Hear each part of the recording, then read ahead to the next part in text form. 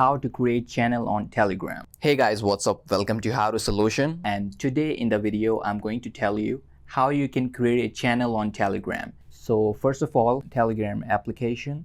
After that, go into the bottom right corner. Now select the new channel. After that, name the channel you want to be. After that, write your channel name. Now type the description. After that, once you are done here, now tap on the upper right corner.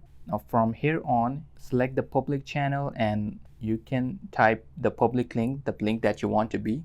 I just type here how to simple. So that is the link that you want to share with the peoples. Now once again, tap on the upper right corner. Now you can add any of the subscriber in the channel, and if you don't want to add any of the subscriber, just tap on the bottom right corner. So that's how you created your channel. That is it in this video. I hope you enjoyed the video, and if you have any question, let me know in the comment section down below and I'll be sure to answer them as soon as possible. So guys, I'll catch you up in the next video. Take care of yourself. Have a good one.